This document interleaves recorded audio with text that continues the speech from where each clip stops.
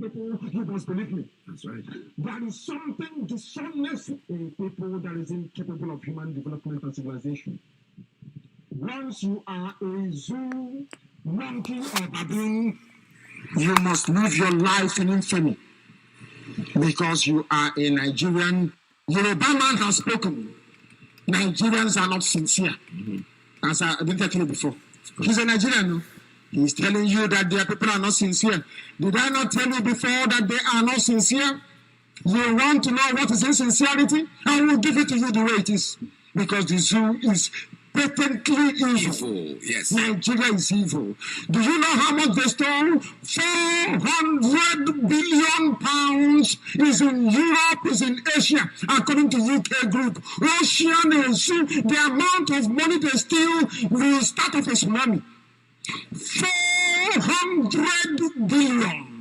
Very close to $1 trillion, an amount of money that can build second Niger bridge, pay for free education for every child, make sure that all roads are built, you have running water, you have electricity, your university is funded. 400 billion pounds stolen by the monkeys, and blame it on these people.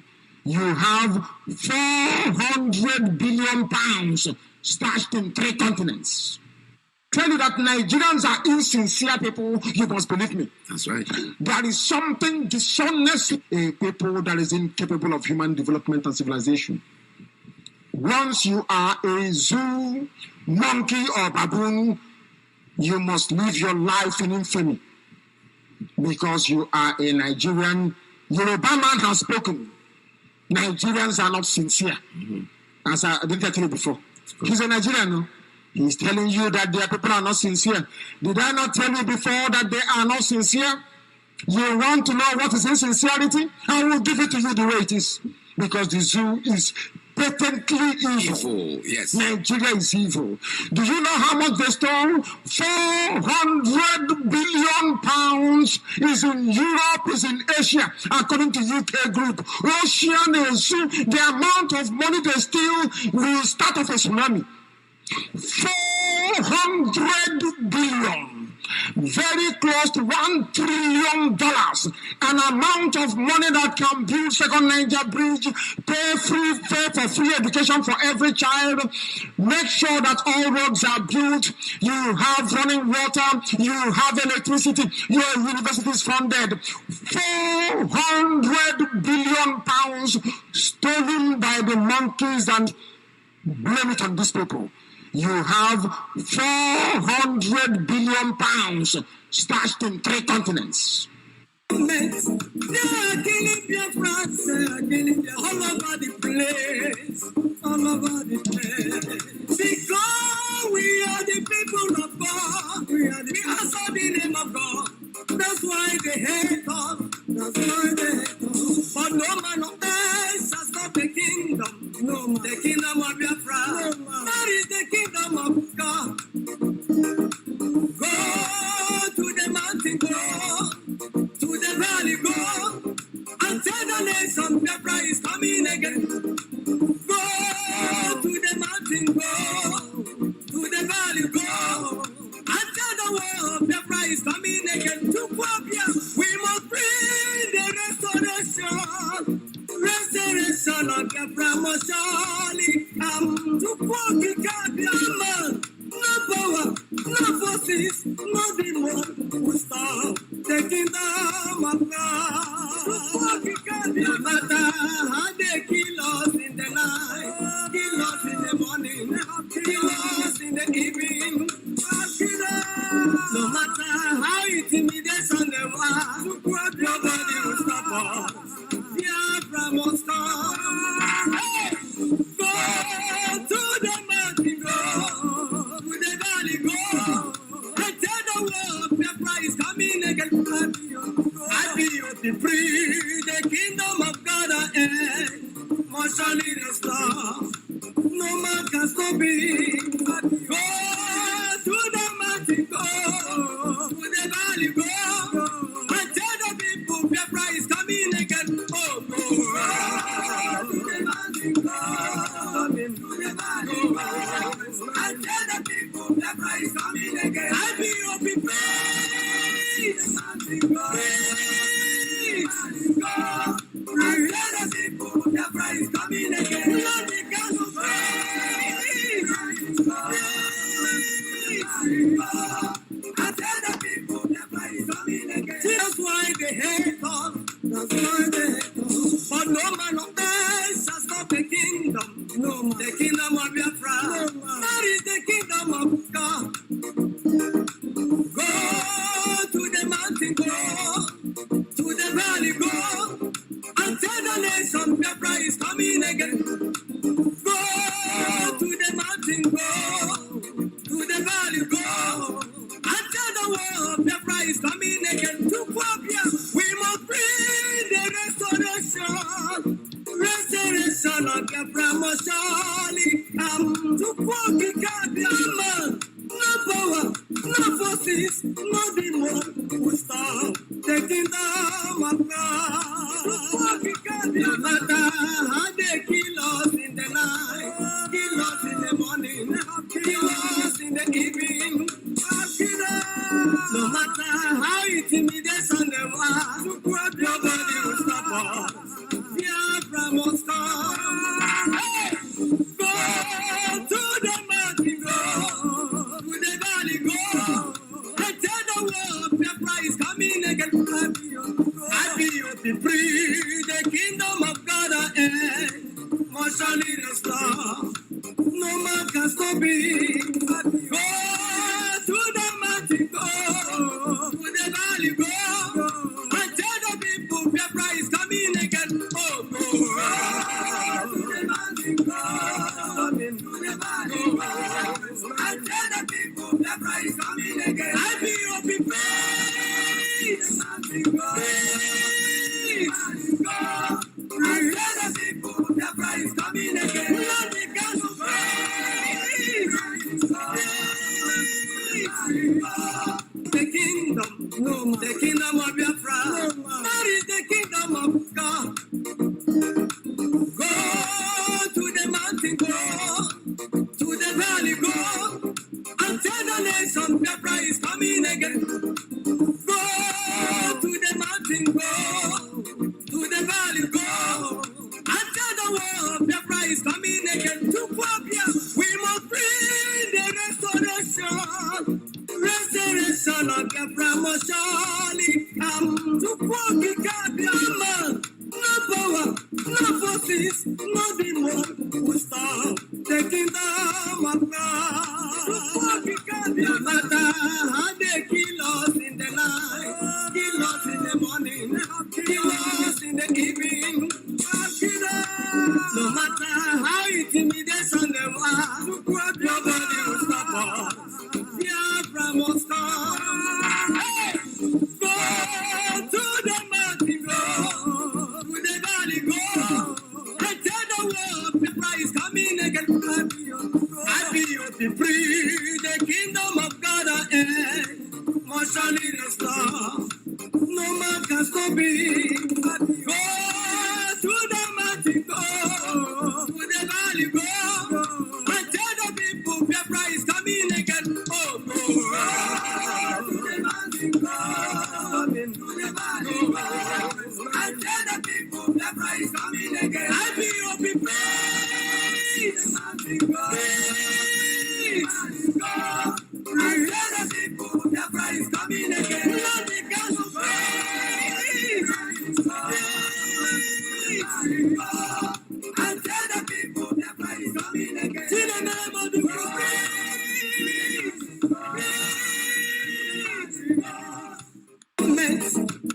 Hey. Oh yes. Weeping may endure for a night. Thank you, Lord. But joy cometh in the morning. Thank you, Lord. This only can only be delayed, or cannot be denied. Don't give up in your struggle. Chop, chop, chop, chop, chop. Sing it up. Don't give up. Your miracle is unbelievable. Don't give up. Your miracle is unbelievable. Never lose hope. Your blessings are unbelievable. Don't give up.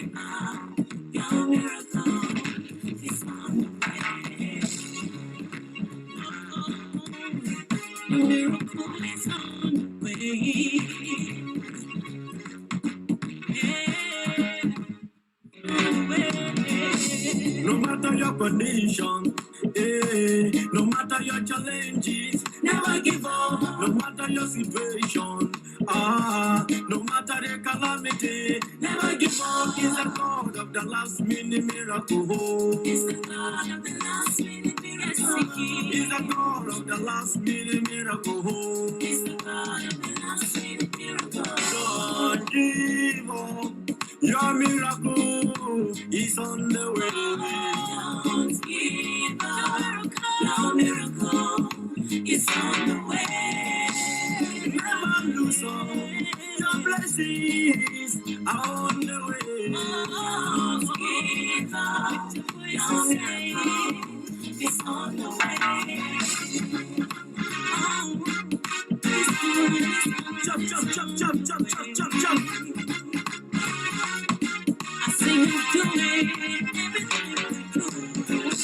No matter your suffering, no matter the trouble, no matter your sickness, no matter the emptiness, He's the God of signs and wonders. He's the God of signs and wonders.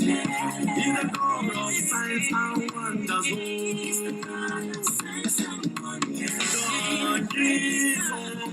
Your miracle is on the way. Don't give up. Your miracle is on the way. Never lose hope. Your blessings are on the way. Don't give up. Your miracle is on the way. He's a God of signs and wonders. He's a God of signs and wonders. He's a God of signs and wonders. He's a God of signs and wonders. He's a God of signs and wonders. He's a God of signs and wonders. He's a God of signs and wonders. He's a God of signs and wonders. Don't give up. Your miracle is on the way. Don't give up. Your miracle is on the way. Never lose hope. Your blessings are on the way. Don't give up. Your miracle is on the way. Jehovah, take over. My Father, take over. Yahweh, take over. Messiah, take over. Jehovah, take over. My Father, take over. Yahweh, take over. Messiah, take over.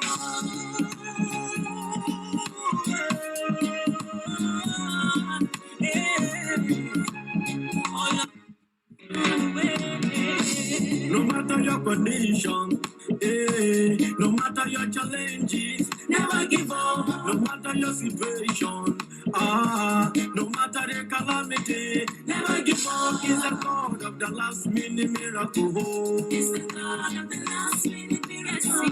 He's the God of the last minute miracle. He's the God of the last minute miracle. Don't give up.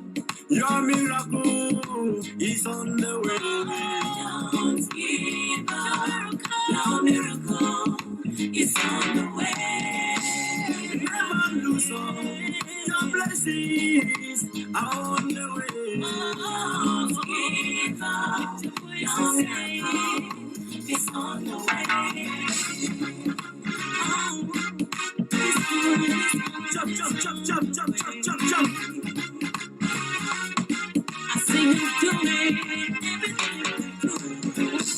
No matter your suffering, no matter your trouble, no matter your sickness, no matter the emptiness, He's the God of signs and wonders. He's the God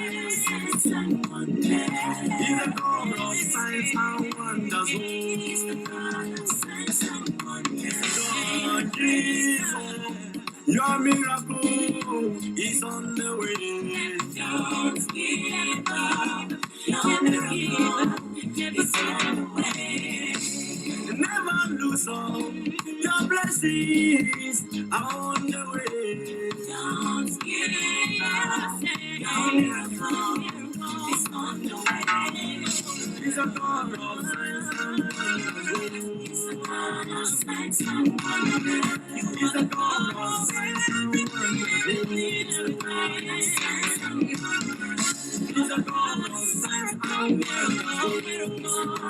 signs and wonders. He's a God of signs and wonders. He's a God of signs and wonders. God give up. Your miracle is on the way. Don't give up. Your miracle is on the way. My sister, never lose hope. Your blessings are on the way. Yes, don't give up. Your miracle is on the way. Jehovah, take over. My Father, take over. Yahweh, take over. Messiah, take over. Jehovah, take over. My Father, take over. Yahweh, take over. Messiah, take over.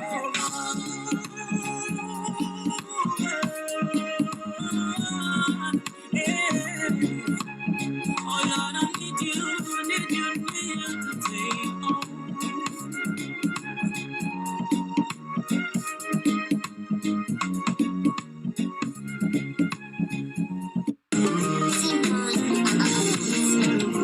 I want my own, no be jealous.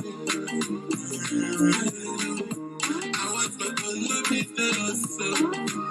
No be jealous. I want to live for my own, no be selfish. No be selfish. Fighting for my rights, no be wicked. No be wicked. Chukwani so kwan kika muna bane kwai. Kiri nizani Biafra. Akwali no kwan yaka mune bane kwai. Kiri nizani Biafra. Unisa chukwu kwan kika muna bane kwai. Kiri nizani Biafra. Chukwani so kwan kika muna bane kwai. Yes, I'm a freedom. Come on, send it fit to kill a man. Do your own, make I do my own. Stay your place, make I stay my place. How you see how much more like fun?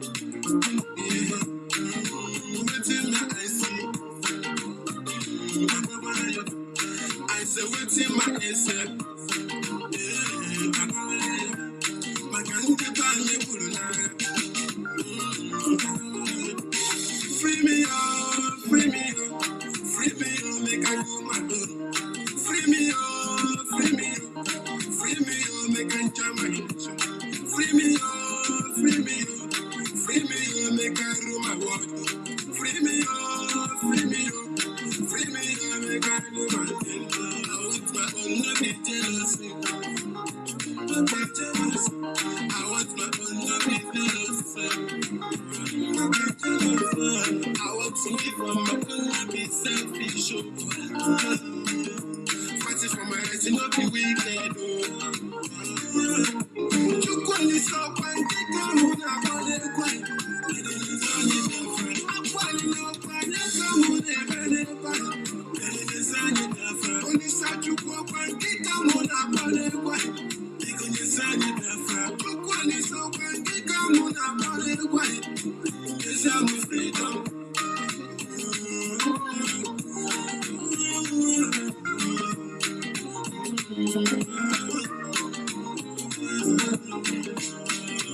I know people forget Operation Python and Steel. When they want the man done, Mazi as I they cry every day. As I they cry every day. I know say God never leave us. God never leave us. Shout out to him, yes. Would you bless you, whatever they do, it just to put just. Would you bless you, my goodness? Would you bless you, finally.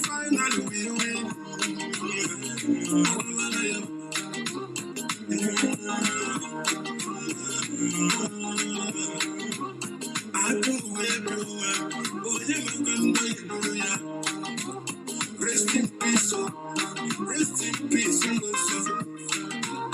All the believers, rest in peace, oh.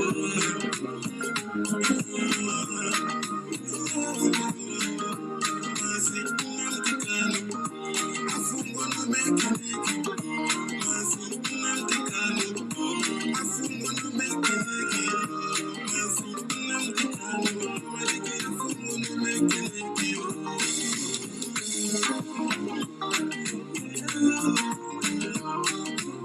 you already know. You know I'm in a you know I see the beat.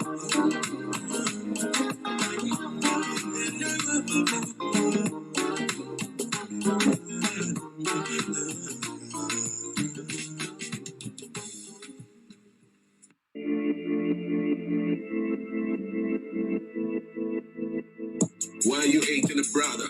Cause of color scheme, my religion belief in fade. People can learn to aid, they can be taught to love. Enslaved mentality, human rights activists, long walk to freedom. Just like Mandela, hatred and appetite, we struggle against racism, justice and equity. Don't forget your history. Restore Martin Luther King, who foretold the American dream. Africa unite and wake up. We need one love and one voice. Xenophobia, fuck that. Our enemies, our leaders. These tyrants ain't giving up. Join the politics or shut the fuck. We need to unite and kick them out.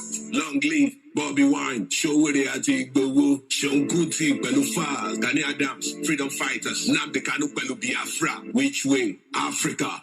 You don't like Bobby Wine, Afakulu. You don't like Shaware, Afakulu. Bubota Sunday, Bowo, Afakulu. You don't like Namde Kanu, Afakulu. Afakulu. Afakulu. Afakulu. You bring Mungu. Afakulu, Afakulu, Afakulu, you be Mungu. All our MTV Africa, Sound City and Trade Steve, your propaganda and politics. Making money from Africa, recycling individuals. There's no peace in Uganda, no human rights, no justice. Boycott the mama. Take mama to Ghana, South Africa, Tanzania, Ethiopia, and Senegal. Shout out to Hip TV, Nigeria, Cadence Music, the Foundation, they made it happen. Multi-choice, word up, big brother, pay my money. You don't like Bobby Wine, Afakulu. You don't like Shaware, Afakulu. Bogota Sunday, Bowo, Afakulu. You don't like Namde Kanu, Afakulu. Afakulu. Afakulu. Afakulu. You bring Mungu. Afakulu. Afakulu. Afakulu. You bring Mungu.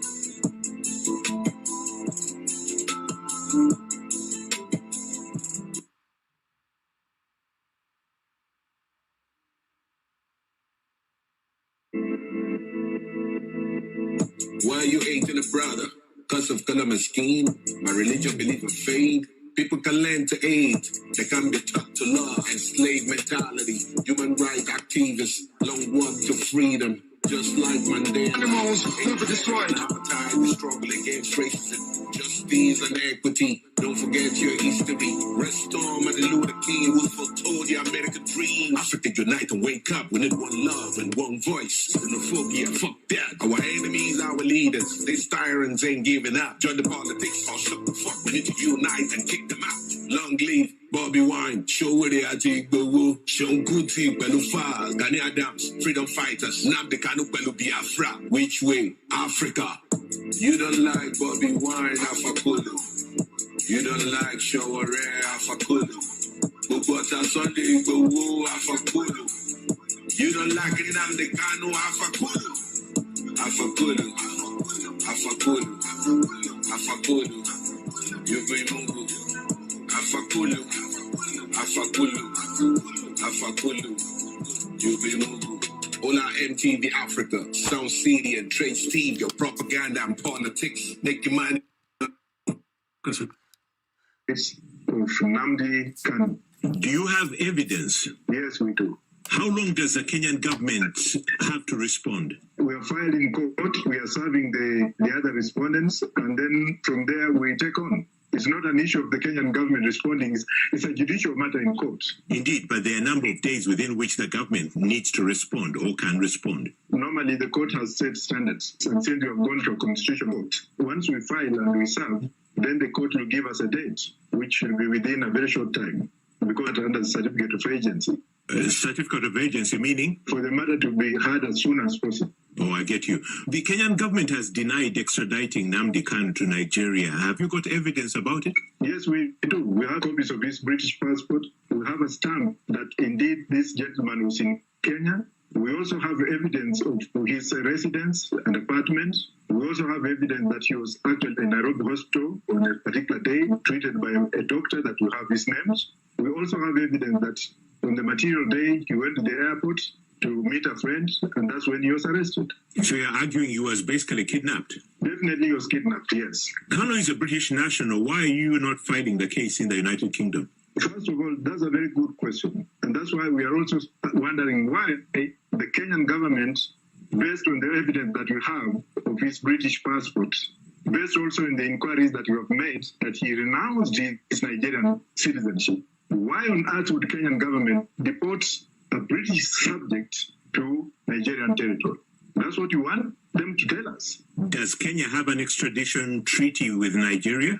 They are members of International Extradition Convention, yes, which is Nigeria and Kenya are signatory. So technically they could extradite him if there was a genuine reason? Definitely, yes, but then extradition and rendition are two things. Extradition has to follow due process. You can't just pick up somebody and throw him in a plane. That is barbaric and it's forbidden. It's outlawed by international law, even by our own constitution. Now, Mr. Kanu is already in Nigeria and facing charges of criminal conspiracy, intimidation, and membership of an illegal organization.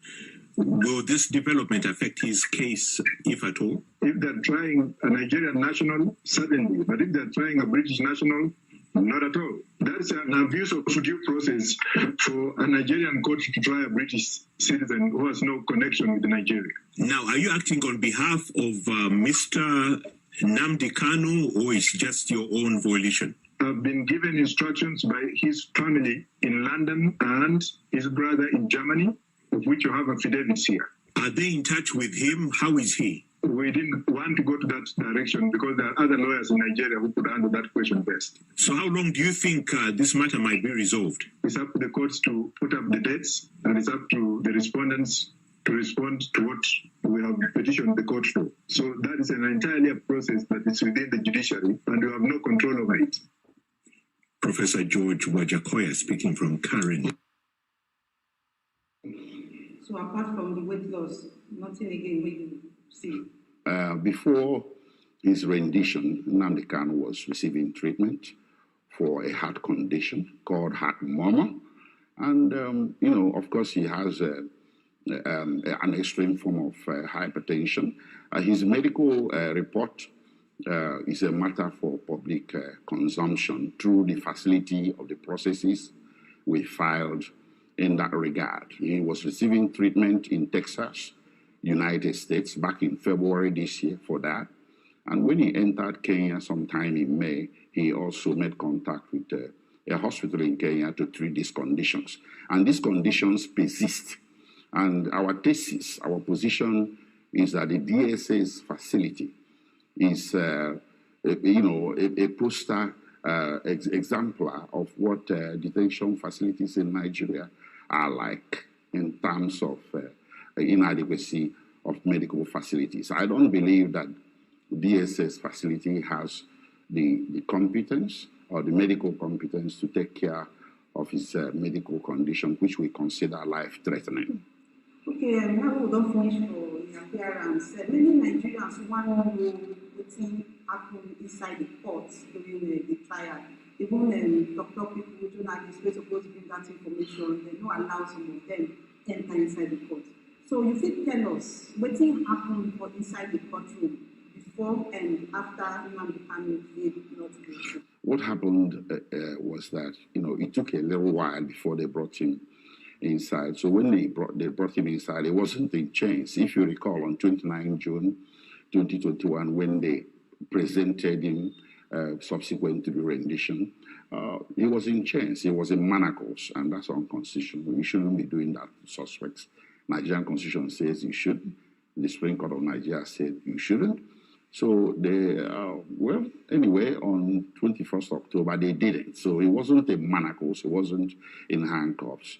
So he walked freely inside the confines of the courtroom, and, you know, he received salutations from his counsel and gathered with other people who were in the court, and we had opportunity to have photo opportunities with him. We snapped pictures with him, and it was a more relaxed atmosphere from what it was the last time he wasn't presented in court. It wasn't raucous, it wasn't noisy, and only few people were, of course, allowed inside the courtroom, and I believe that had more to do with the COVID protocols.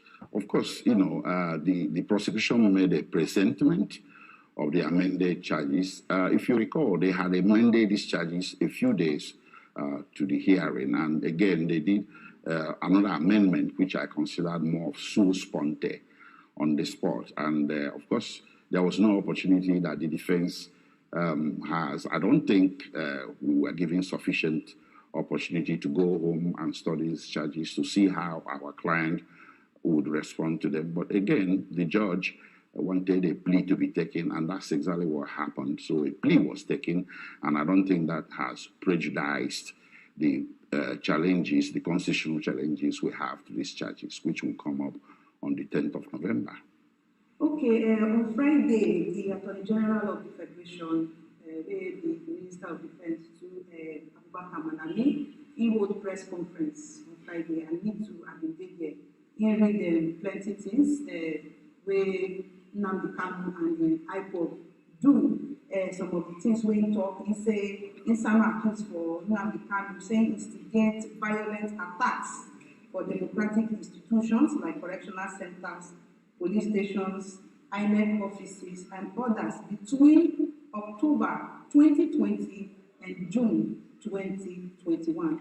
As Malami talked this thing on Friday, you don't tell your clients Nnamdi Kanu about this proposed development. You have asked me this question now about the press conference that was done by the Attorney General on Friday. It's quite surprising that a day after these hearings, I think it was a day after or 2 days after, the Attorney General saw the occasion to address a press conference, that is diametrically removed from what happened in court.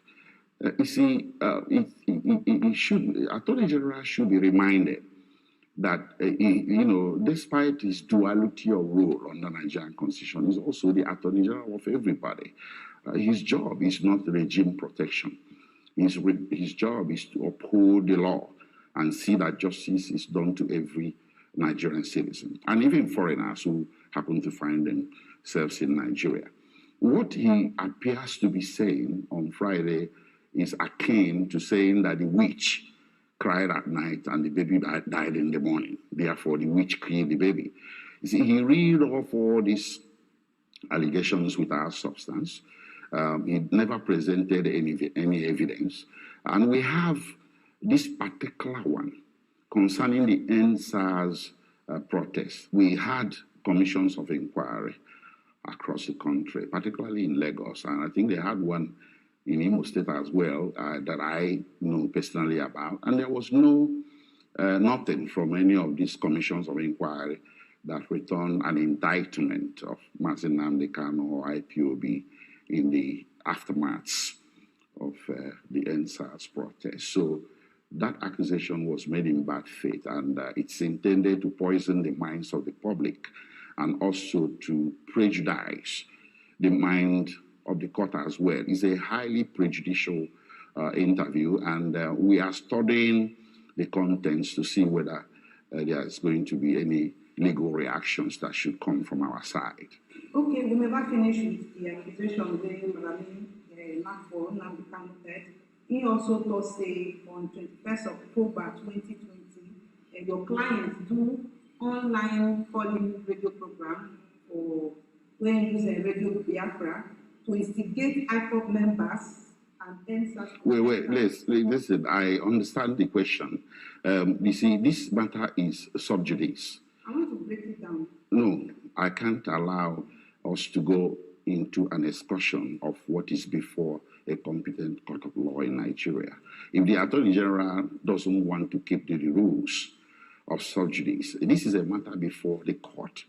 If he has any evidence that our client was caught up in any wrongdoing or criminality, he should know better than anybody else that the proper forum for presentation of that evidence is a court of law, not calling press conferences. So if the Attorney General is preempting the Nigerian judiciary, if the Attorney General is disrespecting the Federal High Court, I will not play that game and stay here and disrespect the Federal High Court. I will wait for him to come before the court with any evidence that he claims to possess, so we can meet him in court toe to toe. If there was any radio program, a respected medium like BBC could have been aware of it more than my humble self.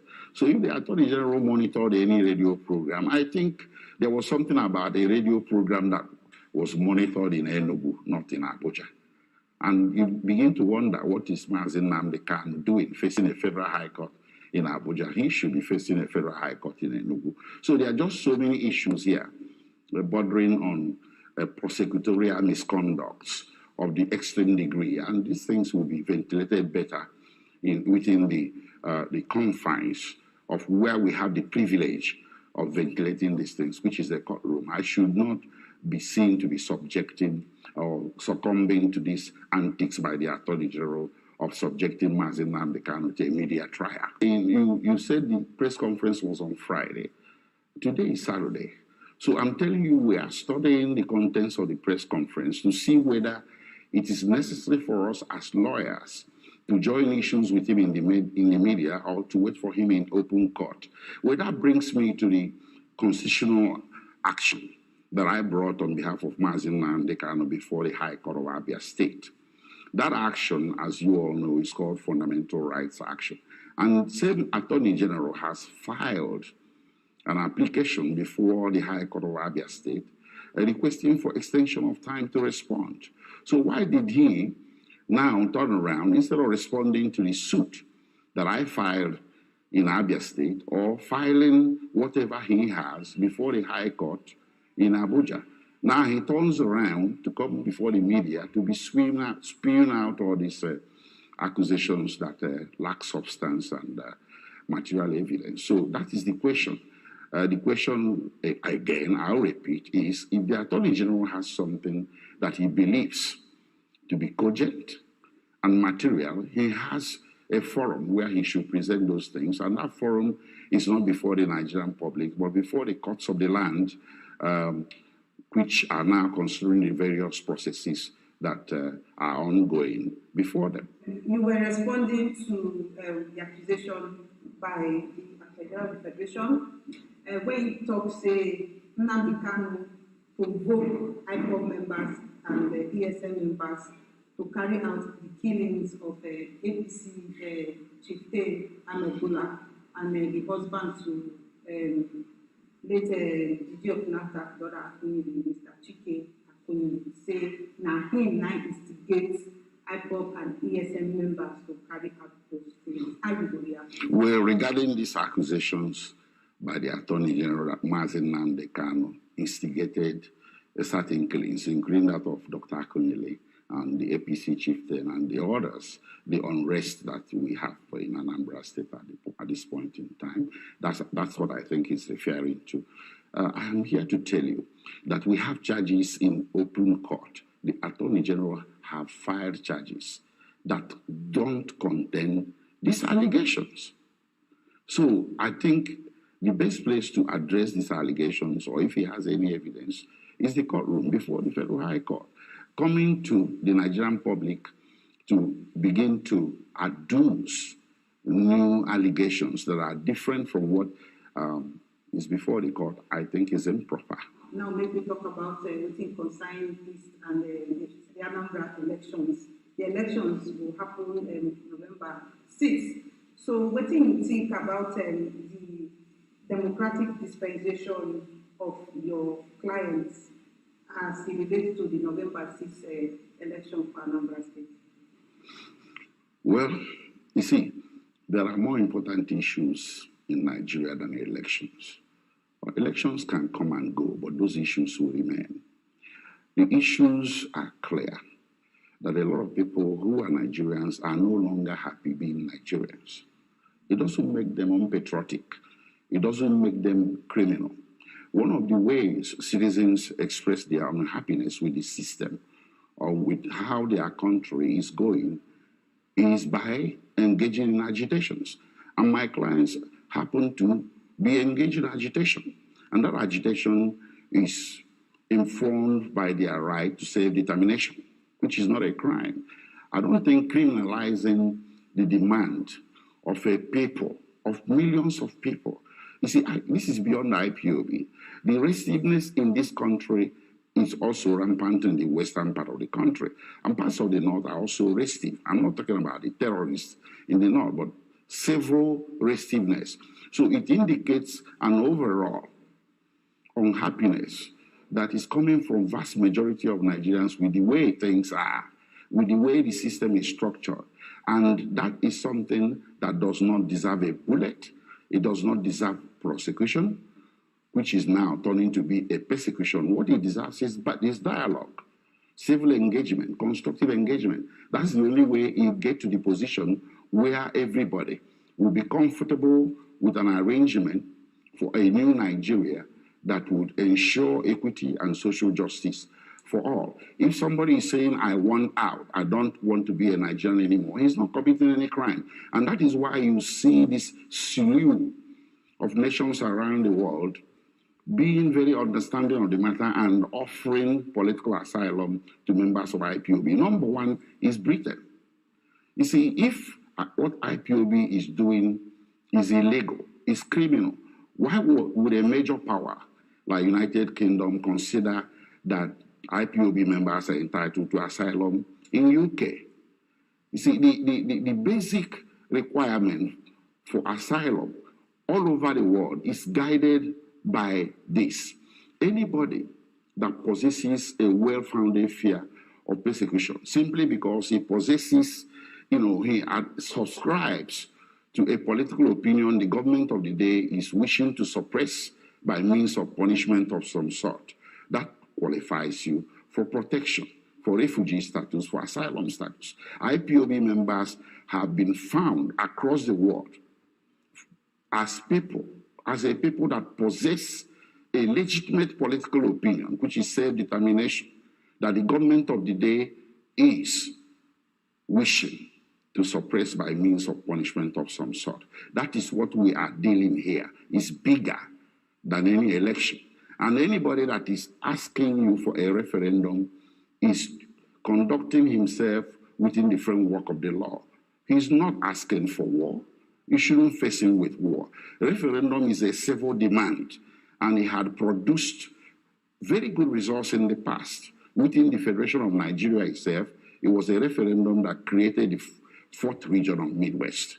And outside of it, it was a referendum that they took western part of Cameroon from Nigeria and gave it to Cameroon, and took the former Sadana province of Cameroon and gave it to Nigeria, the present-day Adamawa and parts of Taraba states. So what we are talking about here is not a situation that requires the government to prioritize the levying of violence against the people that are not violent. Okay, now election matters we talk about. My next question is say, your client you know whether he don't give any order, say making members no vote for the upcoming election for Anambra State. You know whether he don't talk say no election will vote for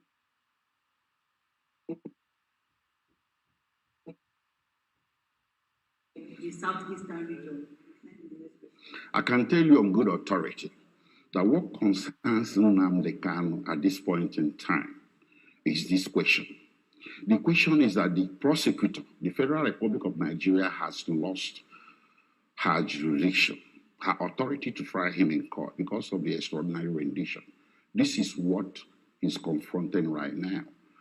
Nothing compares at all. That is the most important task at hand, that someone would be subjected to such flagrant violation of international law and the municipal laws of Kenya and Nigeria, and then you think you can subject that person to trial?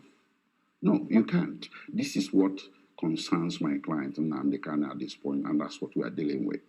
So, what did they try to say? The Anambra State election will concern them at this time.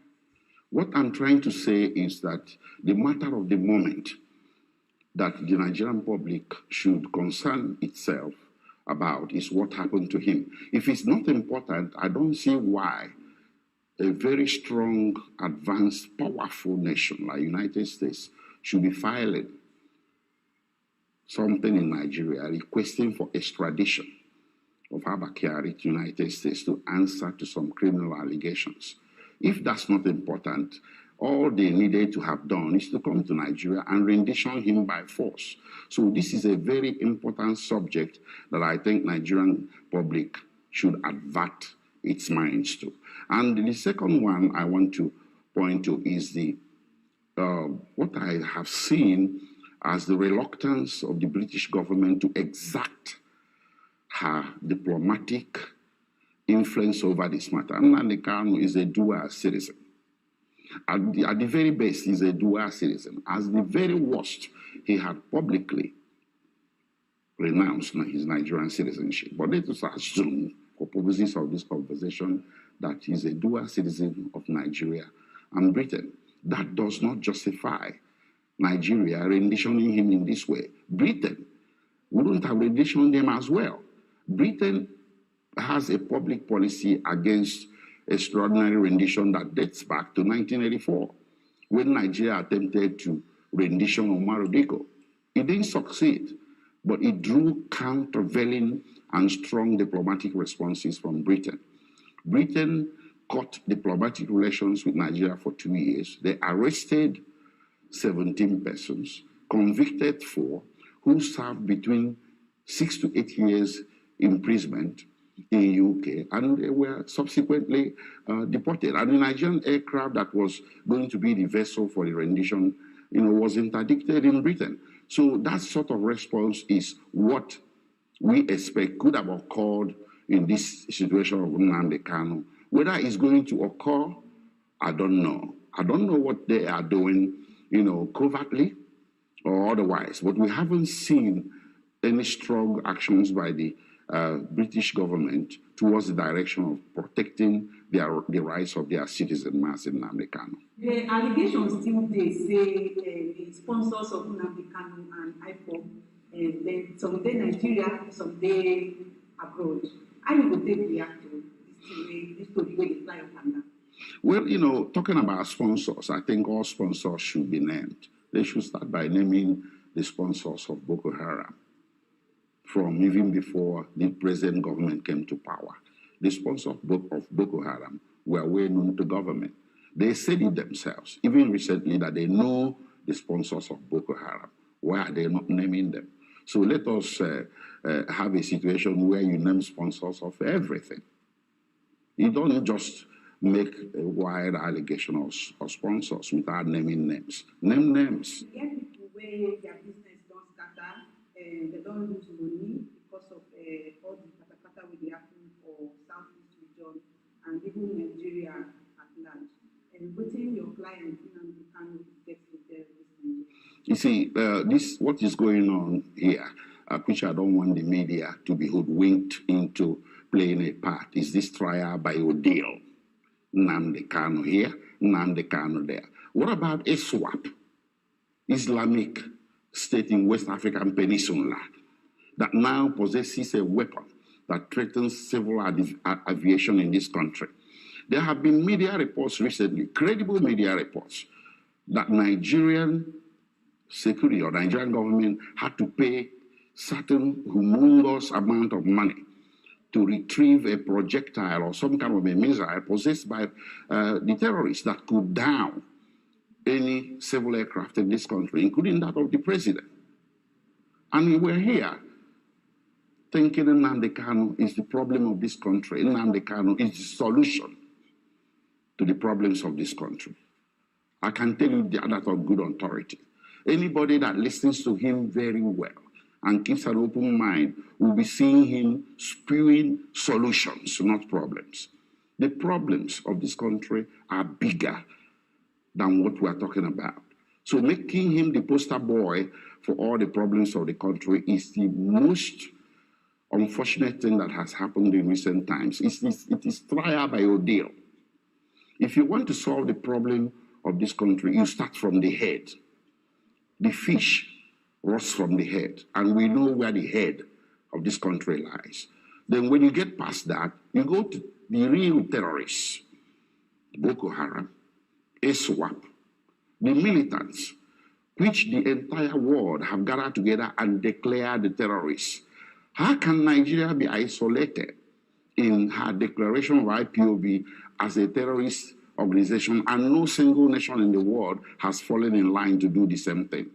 It's a very, very topical question that should be put out there. People should think about it. Instead, countries all over the world are doing the opposite. They are saying IPOB is not a terrorist organization. That means Mazi Nnamdi Kanu is not a terrorist. So this prioritization of Mazi Nnamdi Kanu as a singular problem this nation is facing is one of the pointers to what is structurally wrong with this country, Nigeria, of the present era. It is wrong.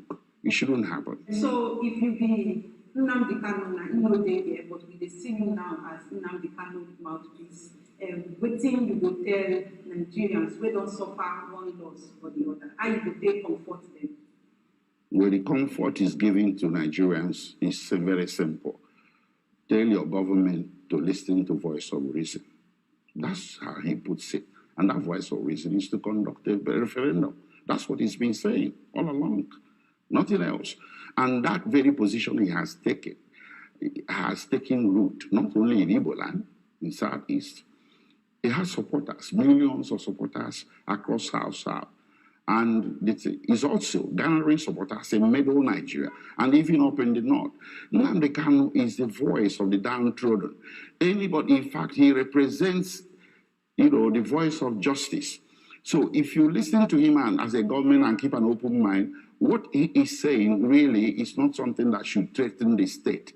It's something that, in the end, will benefit everybody. So it's not something you levy a war of attrition against, whether it's a judicial or prosecutorial war or military war. It's something that you call him to the table and engage him constructively and ask him questions. How do we get to saying yes? He's not a lone voice in the wilderness. He represents the voice of millions of people that cuts across Nigeria. Nnamdi Kanu dey for DSS and the trial dey go on, yet everything still dey go on as usual. Which people where they support Nnamdi Kanu for Nigeria? Yeah, they dey. It's very business when they do what say even as if they for DSS and things still dey go on. It's a very good question. If by everything that is going on you mean the civil seat at home, the overwhelming success of the civil seat at home, if that's what you mean by everything that has been going on while he's being detained, that underscores that he's in charge. That underscores his popularity. That underscores his influence and reach. And that underscores the legitimacy of what he demands. He's in incarceration. He's incarcerated. But look at what is going on. People are sitting at home on their own, voluntarily, civilly. And you want to ignore that? And you think you can subdue it by what? The only way you can deal with that is to talk about it. My last question for you. Still that Thursday, I hear as the supporters wake up court after they sing, they happy as everything they go on for court. They still talk say that election, November 6th, say they no go. Why then they talk like this? Well, them still talk say, me, Are they still the talker? The most important things in this country are not being talked about. Why are we married to elections within a system that is so dysfunctional that even your elections are highly questionable? That's what I think Nnamdi Kanu seems to be saying. So it goes beyond the election boycott or this mantra of no elections. He's instead saying there are issues that are more important than elections that need to be addressed first. Why this obsession with the elections within a system that is so sick, so dysfunctional, that when you deal with these issues first, elections will come naturally without any let or hindrance. Now that they are denying the fact that Nnamdi Kanu was arrested in their place and also handed over to Nigerian government. But I can assure you that by the time we finish with them at the international court, they will not remain the same. What's important at this stage, and I've already made known to the world, is that he was arrested at the airport on the 19th day of June 2021. And he was taken to an unknown residence. That is a fact. He wasn't taken to a custody, and they recognized the official custody of the police over there. He was taken to an unknown residence where he was subjected to inhuman treatment. Nnamdi Kanu was tortured, maltreated, and beaten, mercilessly beaten. So these are facts within our knowledge, confirmed by him to us. So after spending 8 days in their custody, illegal custody, they now beckoned on the Nigerian counterpart to come for him. And by the time they came, Nnamdi Kanu was apparently unconscious at the point they came to pick him. He was unconscious, he was lifeless at the time they were back taking him to Nigeria. So, and consequently they brought him here. So now, to tell you the level of their conspiracy and the desperation to get him jailed at all costs by enemies. They brought him here on a Sunday, and the federal government is fully aware that I'm the lead counsel to Nnamdi Kanu. And there's a charge against him before the court, which has been subsisting has been going on. Because after invasion of his premises on the 14th of September 2017 by the Nigerian military and soldiers, who killed over 28 persons in his house, and by act of providence, he was narrowly escaped. We filed an application before the court for an inquest into what transpired in his house on the 17th of September 2017. For court to inquire as to what happened in his house, what led to disappearance. And we are still in this process. Because that is fundamental. This is a person that has expressed to the world that is ready to come for his trial on October 14th, 2017. He wasn't planning to leave the country. He wasn't planning to run away from the trial. He was able to come for the trial on October 14th. The matter was stated for commencement of trial. Then on September 17th, his house was invaded. So to tell you that the government was not ready at the time to prosecute him, because they have no evidence to establish even the charge preferred against him to even date. So they went after his life.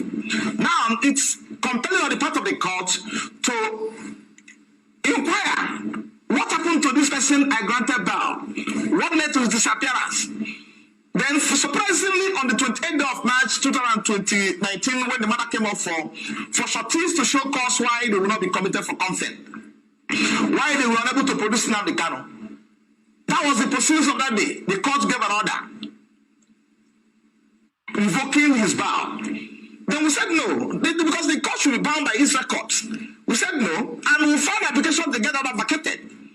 Since 2019 to date, the matter had severally come up before the court, the same court, and the court was not inclined to hear this application to vacate the order. And the worst thing is that the federal government has not filed any response to this application before the court. They not filed a response in counter to application to get about vacated. They were not interested. What they are interested is to how to get in Nnamdi Kanu at all means available to them. So now he was brought into this country on Sunday after being detained, maltreated, subjected to all forms of inhuman treatment, and inflicted with severe injuries on account of handcuff, that lasted on his house for over 4 hours till before he was brought to court. And you can see him on handcuff in court on that day. Those injuries are still there. And a number of medical issues he's having today on account of what was the kind of treatment that was meted out to him. So they took him to court on a Tuesday. Labaran, who is the counsel that was in court on that day, representing Federal Government, is fully aware that the CFA is the lead counsel in this matter. And I've been in court with him in all cases affecting Nnamdi Kanu and IPOB. He never extended the courtesy of informing me that that my client was arrested, was abducted, because in this case he wasn't arrested. So they won't get to that bridge to cross it. He was abducted and kidnapped from Kenya and brought into this country. So now he really feel it confident. He feel confident or didn't appropriate to inform me that my client was arrested and been brought to court on Tuesday. So that shows there's a collaboration between the government in question, as it stands today, and people who are appearing before them. Because if after all there was any element of iota of transparency what they're doing, is compelling on the part of the AG, not the lawyer representing the to inform me that they are coming to court on Tuesday, so I can come to court and see my client. I don't know what happened, and this is quite funny what happened. So on Tuesday, they took him to court, and the court asked them, "Where is Barrister Jofor? Is he not in court? Is not informed?" He said, "No, they arrested him and brought him to Abuja on Sunday, and he's court today." So now there's an underlying fact that my client will not get fair trial in that court. That's settled. The issue of fair trial has been taken away by this collaboration. But we keep on watching. We are going to see them in court. So that is what happened as of today. I've seen him, and he has given me every information and detail about what transpired in Kenya, how he was arrested, how he was taken to a non-destination, and how he was maltreated, how they nearly killed him over there. And it's obviously from what he told me that it was at the behest of the federal government that they were doing those things. So until when they become on them to come, these are against an obvious infraction to all international laws and treaties. So, but at that level, we're addressing it. We're going to address an international court at that level. So, I'm letting you concern myself what's happening in the country. So, it's obvious from every indication that my client will not get a fair trial in this court. Obvious. Until when the contract is established. And now, Nnamdi Kanu was granted in prison custody. Let me underline this fact. Long before he was granted bail, he spent over 2 years in custody before he was granted bail. The court itself is aware that he was in prison custody before he was granted bail. And at the point he was in prison custody, Nnamdi Kanu there was never at any point in time made any effort to leave the prison without the judicial process. Now, they remanded him in DSL custody, where they made it near impossible for his relatives. He's under a debilitating health situation. He has a medical condition that needs to be addressed as quick as possible. Because it's only a living that can face trial. So this I can stop at this time. You will recall that on the day he was taken to court, that was last week Tuesday, Nnamdi Kanu was allowed to address the court because I was not in court. I was not in court. So that enough shows you that's the problem. Nnamdi Kanu is not a lawyer, and he has no competent to address the court. He must address the court. If needful was done, I would have been in court to address the court. I also applied to the court that he should be remanded in prison custody. So that is a clear violation of his constitutional right to a fair trial. So because I was not in court, he was allowed to address the court. So that shows you that there is more to it than meet the eyes. Because Labaran has my number. The office of AG has my number. They have simply put on call across to me that they've abducted, whatever they call it, they transfer it as my client somewhere in Kenya and brought him to here. And I take him to court on Tuesday to continue trial. Then I'll be in court on Tuesday. And also convince the court the reason why he should be sent to prison, to correctional center. But in this case, the court allowed him, which is abnormal, which is unethical, allowed him to address the court. Why should court be asking him why he run away when I'm not there? We have our application before the court, which contains his affidavit on oath, deposed before a commissioner for oath in Israel, stating the facts of what transpired in his house on September 14, 2017. How he nearly escaped death. How he was ready to come to court on 14th of October 2017 to face trial. Then these are before the court, and court never entertained it. Court never entertained it. These are record black and white before the court. Court has never entertained this application before the court. So I will be craving the court or at any adjournment for the court to hear it. Because it's fundamental to his fair trial, to the right. The court will hear and understand what transpired in his house. That's very fundamental. Then the court is now allowed to address the court on these facts, which are already before the court. So that's why I'm entertaining fear that he will be granted a fair trial in this court. So now, coming to what happened in court, the matter has now been adjourned to 6th of October, to 6th of July. Let it be clear to everybody, you never jump bell. Because if the federal government was serious about prosecuting Nnamdi Kanu, if they are serious about prosecuting him, they will allow him to come to court on September 14th, 2017, October 14th, 2017, to face his trial. Are you telling me that soldiers that invaded Nnamdi Kanu police are not from Abuja? Are they acting they acted under the instruction of someone in Abia State? The answer is no. They came from Abuja, they have the instruction of the federal government to go to his house. So and they are fully aware that Nnamdi Kanu was scheduled to be in court on October 14th. And in one of his broadcasts prior to the invasion of his premises, he told the world that he's coming to court with over 1 million members of IPOB. He informed before the court, know the world.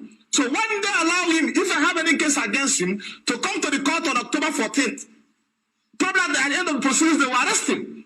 So he never jumped down. This is a person, okay, assuming without considering to the fact that they will succeed in killing him on 14th of October, on September 14th, when they invaded his premises, will we be talking about his trial today or not? The answer is no. Because it's only a living that can face trial, and nothing more. If he was abducted, they succeeded in abducting him on that day they invaded his premises and killed over 28 persons, civilians or uncivilians, then we should be talking about what they're saying today. So, but by act of providence, he will never escape being killed. So these are people who are fully aware that he was scheduled to be in court on October 14th for the trial. And in Abuja here. So why can't you wait for him to come to court if you have any case against him? So, and we have supplied the court these facts. We have supplied the court's answer that led to his disappearance from court. We have informed the court and convincingly that Nnamdi Kanu was ready to start his trial. But for the fact that his life is under threat. So the court is under compelling obligation to listen to say applications before him. Let me say this to you, because it's important for us to inform you appropriately. And whatever I'm saying today to you today, I will furnish you with documents to that effect, black and white.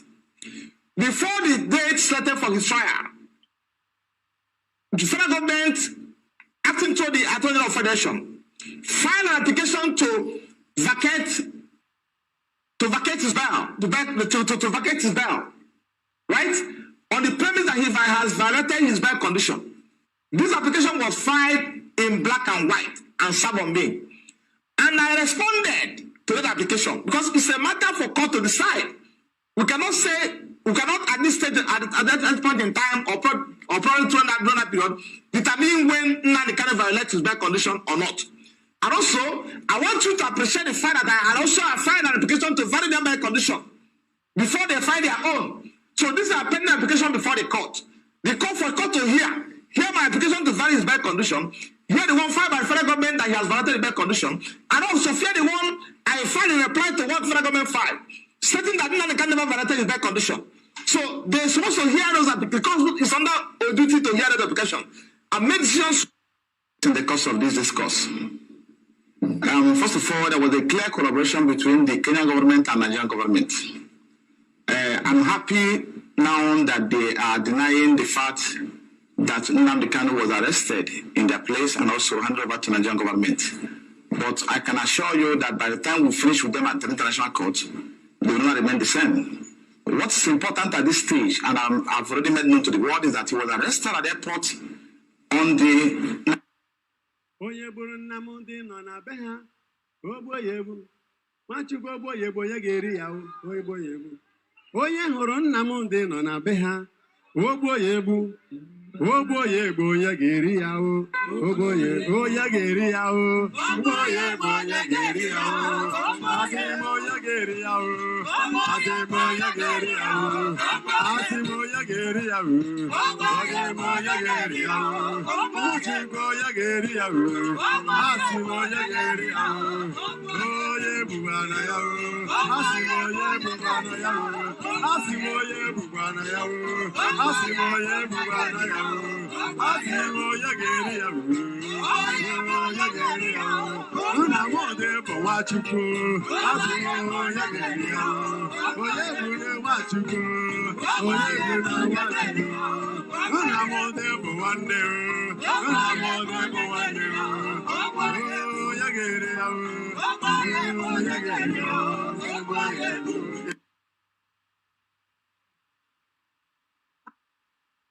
From the spirit world, I didn't start this as a priest. I started this as a kindergarten. My mother is still alive. Go and ask her about this person here. So those who don't know me are talking rubbish. It's from a book. My father is not a native doctor. He died a Catholic and a Christian. 2 bishops buried him. My father's father was not a native doctor either.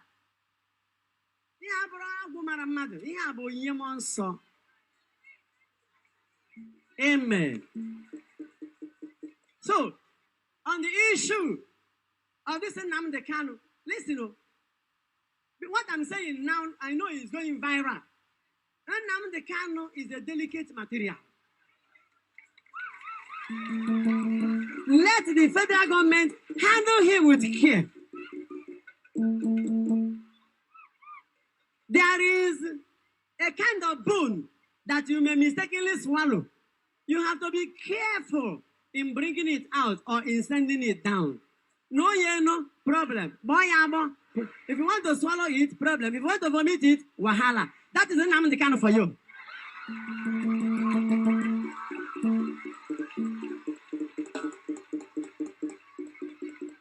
So we have to be careful. I will rather plead with the governor that came for Bazaar, both my governor Ugwai, His Excellency, and the governor of Eboy, Dave, and other governors in Igbo land. You better come together without delaying and have a meeting on how to bring out this bone so that the entire cardiothoracic zones will be preserved, devoid of harm to other sensitive nervous organs. Because other sensitive organs can be affected, and paralysis may be the resultant effect. Abure ebeni no dudu bere ka na-eti. O were ebe odudu ga-ebe. Gwa nwanne gị na abure ebeni no anaghị eti odudu bere ebe niile.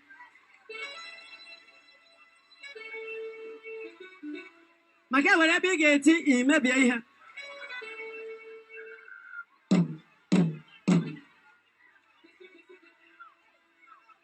Ọ maka ndị na-eti odudu. Igbo presidency is like the second Niger bridge. It will never be completed. Or maybe like Ogoni cleanup. They flagged it off the first time, second time, third time. Instead, they will go there to destroy people's houses. How about the 30,000 minimum wage? These are promises made. Or we will return you back to 86 naira per liter petrol pump price. What's happened? None of these things will ever happen. Igbo presents a dream. It's what you tell a woman around 8, 9:30 in the evening. By 5, you change. 5, 6 in the morning, you start saying something completely different. That's how it is. It's to seduce you. So you stop supporting IPOB, you stop supporting Biafra, you start thinking about the contracts you will get when an Igbo man from your village or from your town is there. Because they know that you will always reason like a very foolish African man or woman, as the case may be. These are preview schemes. Second major bridge. We're going to clean up. Igbo presidency. minimum wage, Enugu Boche Expressway. We will do this, we will do that. Airport in what's the place? Obviously, we get an airport in Aguilera. Airport in Lebanon. With Chinese investors, they will build a new city in Aguilera. Whereas the one in Asaba cannot, Boeing 747 cannot land there. They say it's too small. There's no drainage. Everything is not working. Where is not working? But they plan to. Have you forgotten that Stella promised us that she will build, what's it called, an aircraft maintenance hangar somewhere in Obama?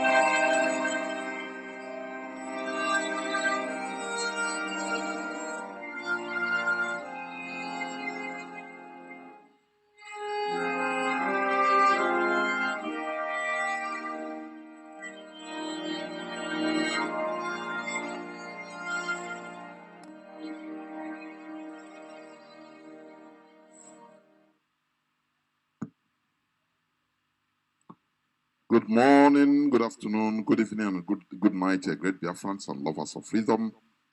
This is Radio Biafra House Service coming to you via the auspices of Radio Biafra London. My name remains Mazi Jonathan Chinedu. Today is the second day of November in the year of our Lord 2021. Without wasting time, we are going to go direct to the HOD of the indigenous people of Biafra, Mazi Chika, Edoziem, to address Biafrans and lovers of freedom worldwide. Mazi, welcome to the program. Go on, please. The platform is yours. Right. Thank you so much, Mazi Jonathan, and I believe I am coming out very clear. You are coming out crystal clear. Thank you. Good evening, good afternoon, good morning, and good night to you, wonderful and great people of Biafra. My name is Mazi Chika Edoziem. I come from Ihe Oma. Ihe Oma is in Olo province of Biafraland. And by the grace of Chukwu, I serve the indigenous people of Biafra in the Directorate of State as the head of directorate. I want to begin this evening with a greeting from the Supreme Leader of the indigenous people of Biafra, Onyemdu Mazi Nnamdi Kanu, to the IPOB family worldwide. Like we all know, We are all dear to the heart of the leader of this great movement, and he continuously, unceasingly continue to put all of us in prayers and commit us into the hand of Chukwu. And we as well must continue to commit our leader into the hand of Chukwu, that he may continue to abide, strengthen, and lead him accordingly, and of course, grant him victory over our enemies. Great Biafrans, it is with a heavy heart that I am addressing you tonight because of what is going on in our land, what carnage that the Nigerian government is causing in Biafraland. They are no longer hiding their intentions. They are making it very clear and very open. Even that those who cannot see, that they will understand, that they will feel, that they will know that the Nigerian government has activated its final solution to the Biafran problem, as they said, because they tried that final solution in 1967 to 70, but Chukwu did not allow our race to be wiped off the face of the earth. He was merciful unto us, despite our sins and transgressions, despite the fact that we turned our back unto him in whom we live, move, and have our being. He did not allow the plan of the enemy to be accomplished. But we know that Lucifer does not give up until you roundly and squarely defeat him and chase him out of his comfort zone. The Nigerian soldiers are moving around in communities and villages in Biafraland committing mayhem, open mayhem.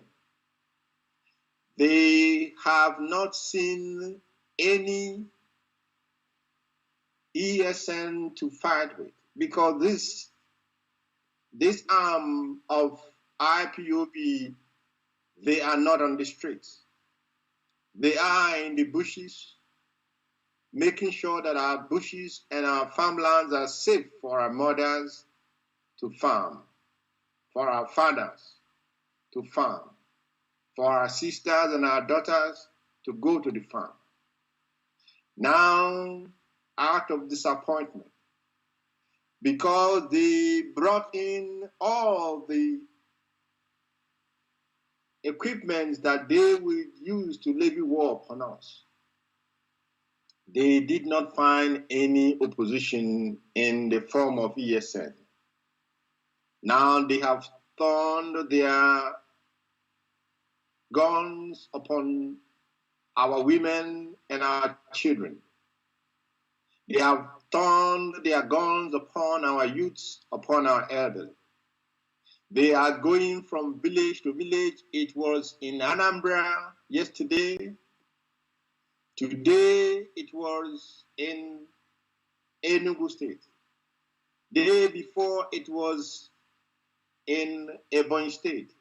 And as we speak, mayhem is still going on in Imo State. And you ask yourself, people are wondering, even those who are not Biafrans are wondering, where then are those who are supposed to be leaders and elders in these communities or in the whole of Biafraland for that matter? Where are those who claim to be leaders? Where are those who claim to be politicians and are political leaders or whatever they call themselves? Where are they? They have remained silent while the murder and cold-blooded massacres are going on in Biafraland. Because some of them are part of the arrangement.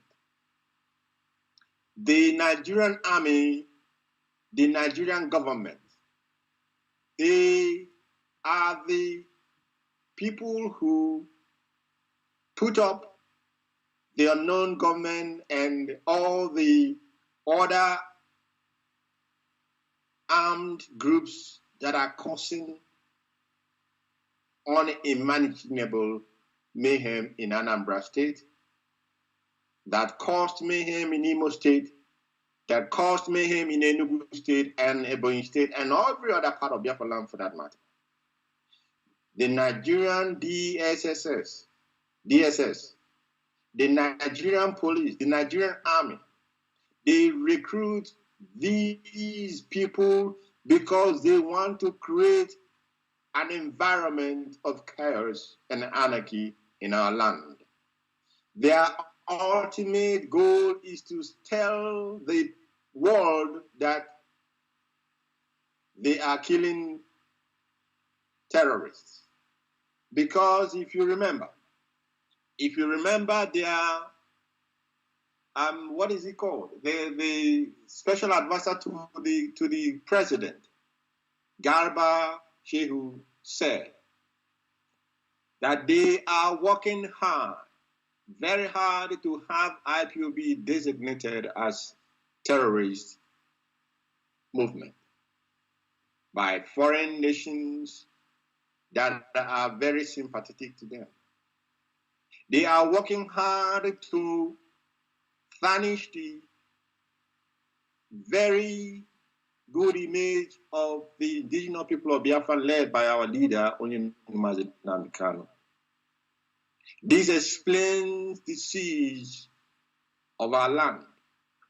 This explains the mayhem that they themselves have put up, have planned, and are coordinating all these killings in our land. Because part of these, their handwork is to compel media organizations and media houses in the zoo to attribute all the crime that are being committed, that they are committed, that the Nigerian security apparatus are committing in our land. They are compelling the zoo media, of course, that we know. It is the zoo media, of course, is the highest bidder takes it all. That is, if you can pay them, and they can write what you want them to write. There are no investigative journalism in their dictionary. Now they are compelling them. The minister, the arch liar, the minister of is it communication or information? He calls himself, yes, Minister of Information, Liar Mohammed, and the NBC. They are pressuring and threatening and compelling the zoo media that every crime that the zoo commit, the zoo military and armed forces and security apparatus commit in Biafraland, every crime they commit, every murder, every evil that they are doing in our land, that the media in the zoo must attribute it to IPOB, ESN, because of their agenda to do what? To tarnish our image and convince the world community to designate IPOB as terrorist organizations. Laya Mohammed said that they have to up their game. They have to up their game. It's not only that they have to up their game in the sense of, being committed to, presenting facts to the world. No, they have to up their game in lying, in deception, in making sure that they brought the narrative that will paint the indigenous people of Biafra and the ESN in the darkest of light. That is the reason that our land has been turned into a war zone. That is the reason that our villages and communities are under great siege, as if nothing else matters.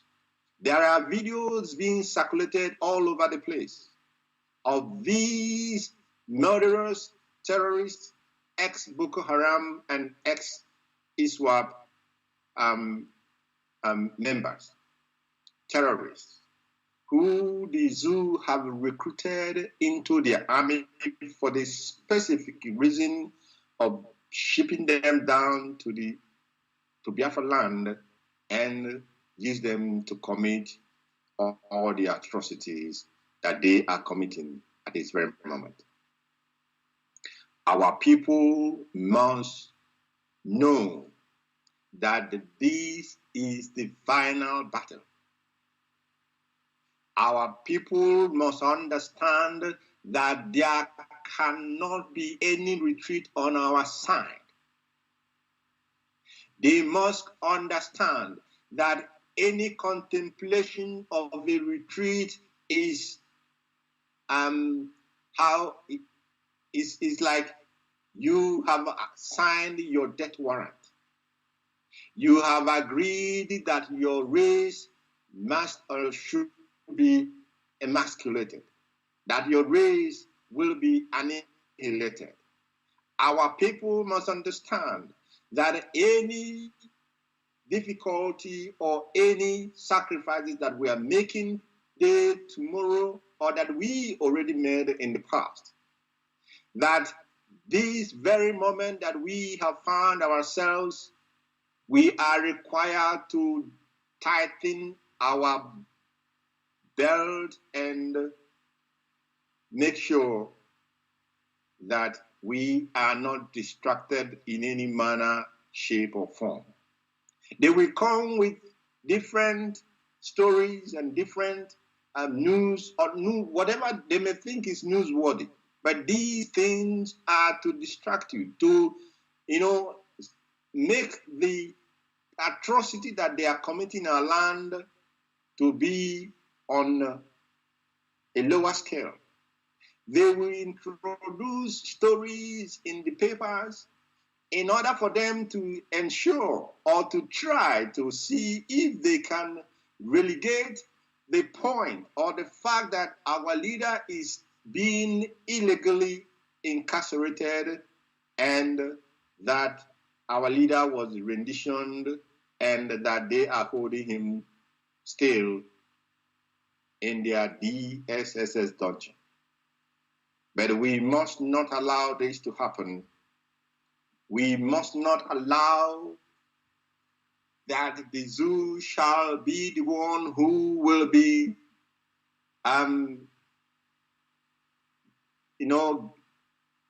giving the narrative that the people must be following.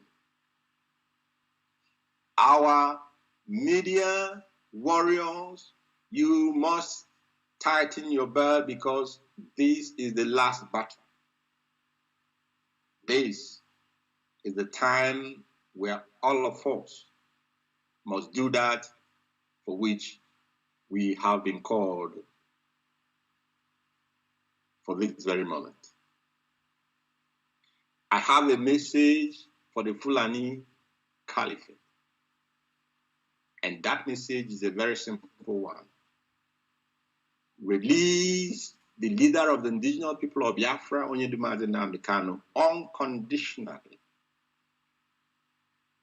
And accede or agree to the referendum for the Biafran people.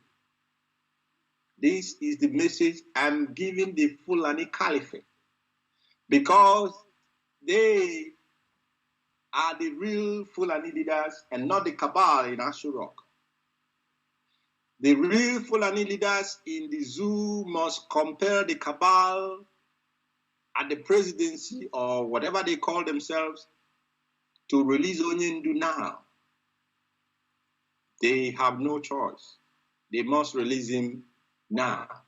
And they have between now and the 4th of this month, that is 4th of November 2021, to release our leader. Today being the 2nd of November 2021, the zoo has barely 2 days to release our leader, unconditional. The zoo, they can. And of course, we know they will empty their treasury. And they are already emptying their treasury. They have emptied their treasury. They are borrowing money. In his belief and in his attempt, in each WAP believe that they are going to stop the inevitable from happening. And that inevitable is that Biafra restoration must happen. That inevitable is that the sovereign and independent Biafran nation must be a reality. It must stand. Whether as human beings like it, whether the zoo like it, whether the spirits like it, it has been ordained by Elohim Chukwu that Biafra must stand and it must be restored. Therefore, the Fulani cannot stop Biafra from coming. They cannot stop the restoration of Biafra. Biafra will come despite all the armaments that they have transported into our land. Despite all the 30,000 plus personnel that you are pushing into Biafraland. Despite the killings that you are committing in our land, the atrocity that you are committing in our land presently, and whatever else that you want to throw at us. Today, the 2nd of November, I tell you that all these will be a waste effort because Biafra has been ordained that it must come. And it will come in our lifetime. It will be restored by this generation led by the supreme leader of the indigenous people of Biafra, Mazi Nnamdi Kanu. The enemy cannot stop this from happening. And why am I asking the caliphate to impress upon the cabal in Asurok to unconditionally release our leader and agree to referendum? Why am I asking them? I am asking them because at the end of all this, at the end, if they continue the path that they are treading, at the end of all this, the Fulani in West Africa will be in a very, very big danger. If the option the Asura cabal chooses is confrontation and war. I wish to repeat myself. At the end of all this, despite and in spite of the weapons of war that you have transported into our land, notwithstanding the thousands and tens of thousands of personnel that you have also flooded our land with, one thing is sure and one thing is certain. If you choose and continue to go on this part of confrontation with the Biafran people, if you continue to trust in your chariots and your horses, and you are spoiling for war, Biafra will come. But not only that, Biafra must come and shall come. The Fulani in West Africa will be in a very grave danger, because you will have started a tsunami that will not stop until the anger of Chukwu upon the Fulani race for the blood of the innocent that they have spilled in our land, for the blood of the poor and the widow, of the fatherless, of the motherless, that they have spilled in our land, his anger will not return until that blood which you have shed in our land and spilled to desecrate the holy land of Biafra, until it is avenged 100-fold. This is my message tonight to the Fulani Caliphate. And this message, they will ignore it at their own peril. And I said initially before that this battle has gone beyond the physical. The spirit that owns Biafraland, our people are seeing what we are suffering. Yes, we are suffering. It breaks our heart to see the blood that is being wasted. But stay on, great and brave Biafrans, for our salvation is not very far away. For Chukwu will, of course, deliver his people from the hands of the bloodthirsty jihadists on the Futajala Mountains. I want to, and I wish to commend this very evening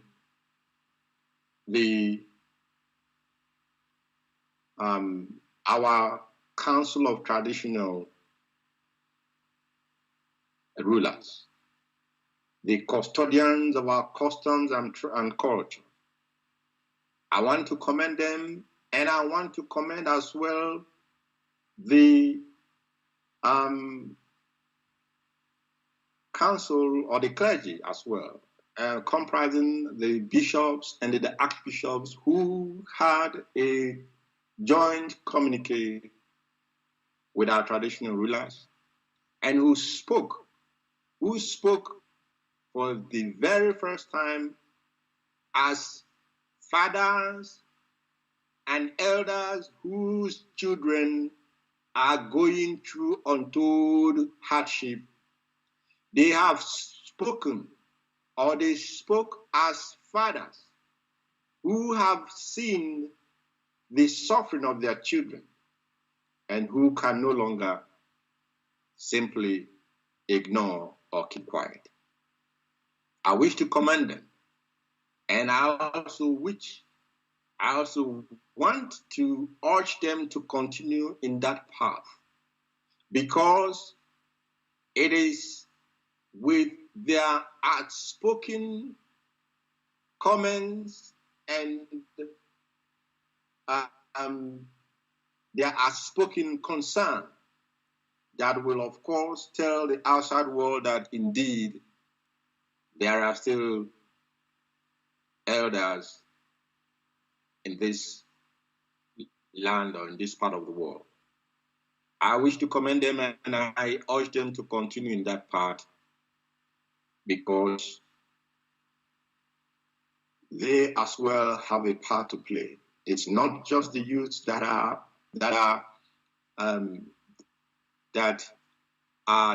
hopelessly or that see the situation as hopeless. I mean, that the contraption they found themselves, it is a hopeless situation that the youth of Biafra have found themselves in, the contraption called Nigeria.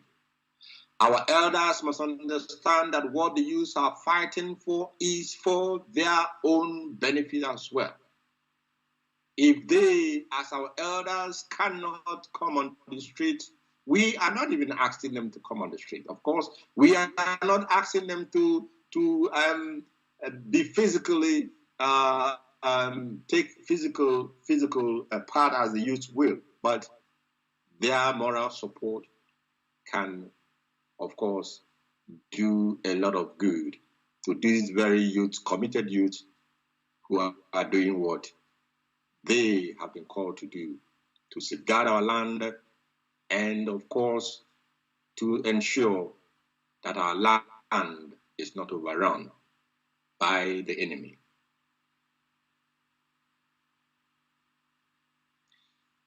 Great Biafrans, I want to tell you tonight that we have said that our leader must be released unconditionally. And that which we said yesterday is what we are saying tonight and what we are maintaining on this Tuesday, the 2nd day of November 2021. And failing which, the Biafraland will be locked down from the 5th of November up until the 10th of November 2021, which is the date that the case of our leader was adjourned to from their last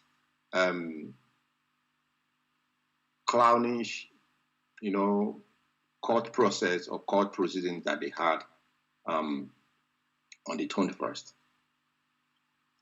Our stand is a simple one. The whole of Biafraland will go on lockdown mode from the 5th of November if by midnight of 4th of November 2021, our leader is not unconditionally released. And while we are doing that, there are some concerns by some people who are saying the leadership must not give an exception, like we said Sunday will be a day that people can go for worship, but specifically, I want our people to understand. Yes, Sunday is a worship day for those who go to churches. But the main reason why we gave Sunday as an exception is for our people to be able to stock up for the 3 days coming after the first 2 days of the sit-at-home. Our people must be allowed to stock up their foodstuffs and whatever they may need, and the Sunday will be a day that we will allow people to be able to do this.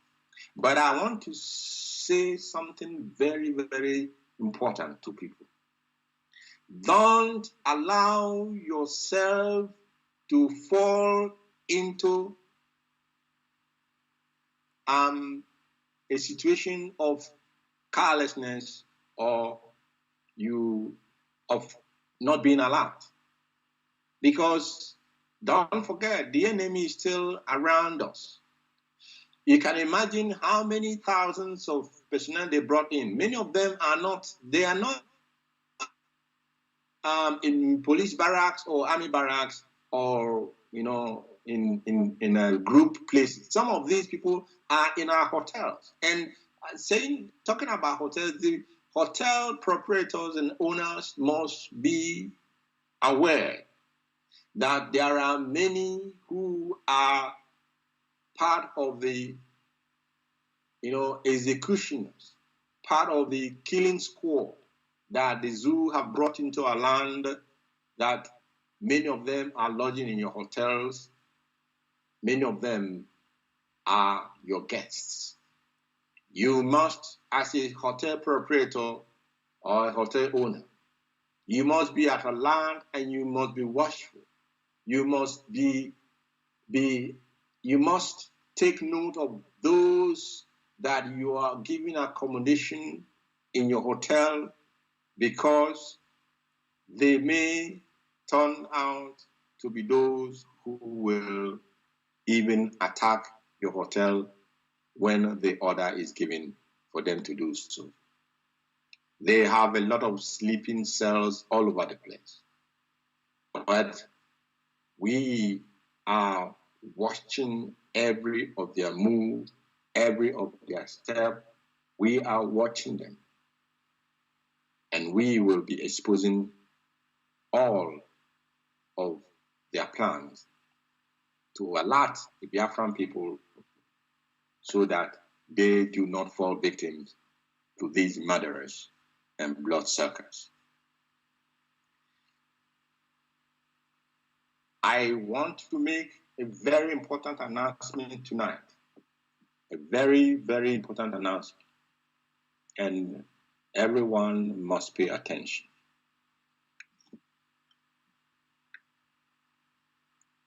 The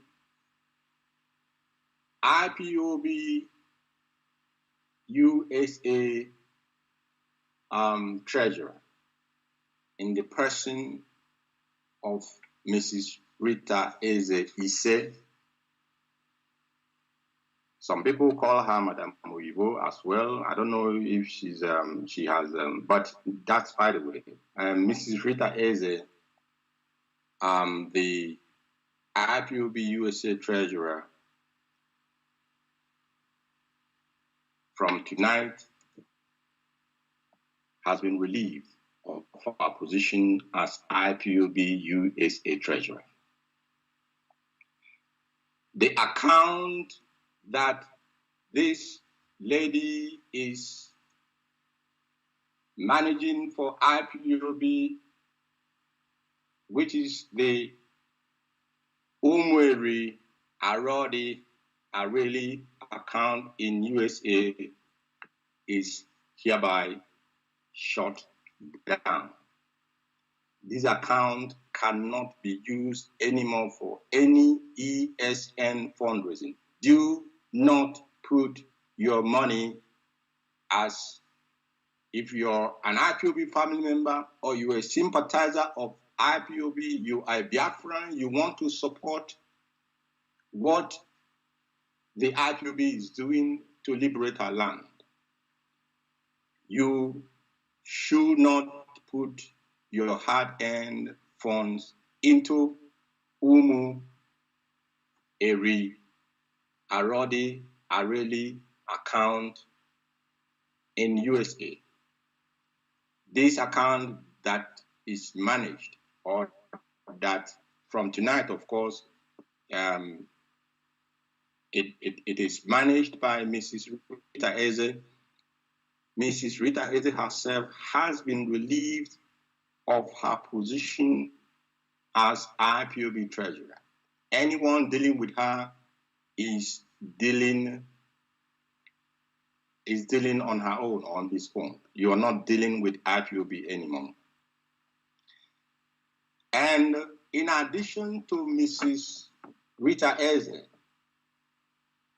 these individuals are hereby expelled from IPOB family. Number one, Mazi Ndubisi Ejiasi, formerly a rep, a zonal and a regional rep in the USA, is hereby expelled. Mazi Olivobi, also formerly a representative, that is a regional rep, is hereby tonight expelled from IPOB. Mazi Onyeka, formerly of Ontario, a regional rep of Ontario, is as well hereby expelled from IPOB. I am giving a warning to these two women, Mrs. Rosemary Williams and Mrs. Azoka Charles Wanko. It could be that your name is being used without your permission, but I want to give you the benefit of that. from tonight, if your name continues to be used by these evil people in our midst, those who are doing the work of their master, if you allow your name to continue to be used by them, then it means that you are accused. It means that you knowingly and deliberately is in consent with their evil plan, which is to destabilize this great movement. And then from that moment, will the leadership do the appropriating. But for now, these two women turn a good leaf because we allow people to change from their mistakes. I have something to tell those who are moving around, mouthing and parroting the what did they call it? IPOB, North America under Mazi Nnamdi Kanu. What nonsense. Listen, when this issue started, when this problem started to grow a little bit, I remember I told Mrs. Rita Eze Onyise, or Rita Eze, or I hope I get it properly, but Rita Eze, I think that's her name. I told her that IPOB is beyond being hijacked by anybody. It cannot happen. We will allow you to come out openly. We will allow you to show your intentions, to show your motive, and then we'll cut off your head. Because this movement cannot be hijacked. Those who gave you the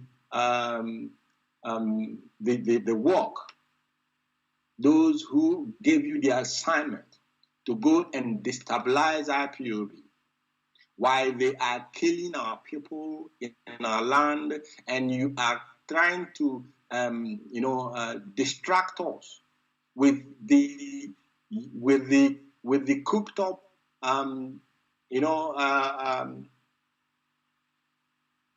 distractions. That's because some of these things that we see on being distributed, they actually do not make one iota of sense. Now, those of you, I told her and two other women, I told them that this movement cannot, if you think this movement can be hijacked, you cannot do that. It's not possible. Not that you cannot, but you are not, Amubonya, that person has not been bound. And it has not been, it does not exist. The person who will hijack this very movement. They thought it was a joke. And they continued in their way. They continued in their evil machination. They continued to cause mayhem and confusion in this family. And until we clearly understood where they were coming and where they are going. And we are cutting it off. IPOB is one central command. One central command, and that central command is Onyendu Mazi Nnamdi Kanu. There is no IPOB Europe under Mazi Nnamdi Kanu. Nonsense. There is no IPOB Asia under Mazi Nnamdi Kanu, or IPOB South America under Mazi Nnamdi. See, so you people must understand. When I was saying the last time that they tried the 3-pod, they tried the whatever pod the DSS tried during the first time our leader had issue. They knew that there is no way that they will set up another freedom fighting outfit to rival this great movement. So what they went back to the drawing board and they said, let us try to take it from within. And that is why you're seeing these daughters of perdition. That is why you see some of these men who did not fully drink from their mother's breast, that they have agreed to be the hand by which the enemy will attempt to destroy this movement. And all the effort that they have made. And when I was always saying, when these people write something, read between the lines, because they are confessing. The spirit of Biafra will make them to confess. Read deep and think very thoroughly. They are saying that they wanted the DOS after 5 days of our leader not being available. They already saw their vision that the Biafran people will reject the DOS. The plan was to do what? To turn the leadership upside down and to create something parallel to that and take it from within. So, but they did not count on the hardcore members of this leadership that Onyendi has put in place. And their time has come, and their time is now. We will begin to weed many of them out very gradually and very sustained, in a very sustained manner. If you are an IPOB principal servant, I repeat this again, and you are found dealing with any of these people that has been expelled and removed from this family, it means that you have taken a deliberate step and a conscious action, and you will be held responsible for that deliberate act and that very conscious action that you have taken. Because knowing that all that actions and steps, that they are in complete disagreement and in complete conflict with the agenda of this great movement, with the objective of this very great movement, of course, with the fundamental goal or aim of this very movement. You are warned. On Sunday, I will be having a meeting with the 4 regional reps in the United States, the Mountain Region, the Central, the Eastern Zone, Eastern Region, and Mountain, Eastern, Central, and which one am I missing? I think there are 4 of them. So, but the point is that I'm going to have a meeting on Sunday with the 4 regional reps on 4 regional reps of IPOB in the United States on Sunday. In that meeting, the IPOB USA Financial Secretary will be there, and of course, IPOB Head of Finance will also be in that meeting, and maybe 1 or 2 more members of DOS. And the reason is that we are going to, by next week or before this, yes, by next week, let's put it better. By next week, our people will be properly directed on where they must begin to put in their contributions for the Eastern Security Network.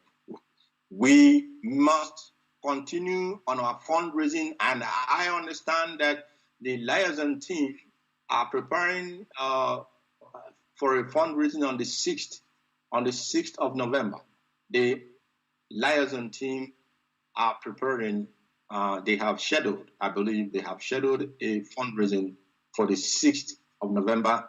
And I encourage every Biafran, wherever you may be, I do encourage all of you to be part of that fundraising, because that fundraising will be to ensure that our ESN is not lacking what they need to continue in their functions and carrying out their responsibilities. Biafra for us is not just a name. Biafra is our identity. Biafra is our heritage. And Biafra is all that we have, all that we have. For us, for our children, and for generations yet unborn. Biafra is all that we have, and every hand must be on deck to ensure that Biafra comes. We cannot begin to imagine Biafra, any life without Biafra, because it will be a life of servitude. It will be a life of sorrow and misery. And Chukwu forbid.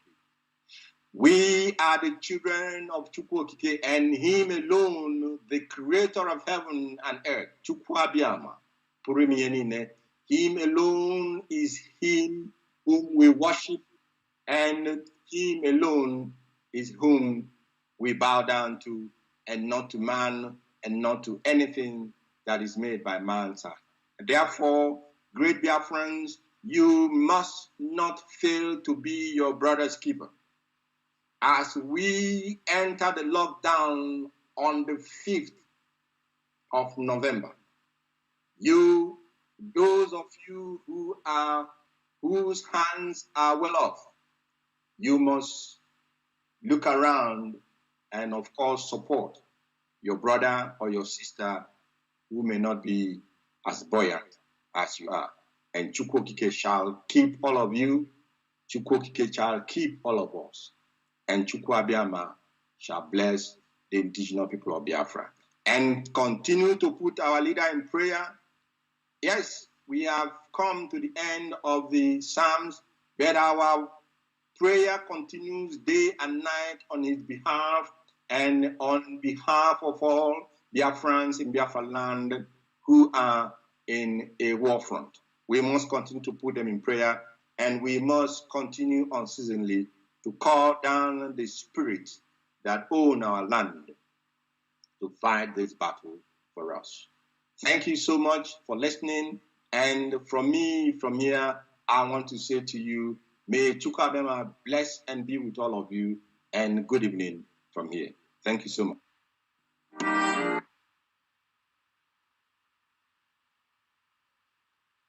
Savior, holy, holy, holy, holy, another Savior, holy, holy, holy, holy, Well, this is OBM. This is dedicated to the gallant heroes of the Nigerian Biafra War and IPOB families all over the world. I remember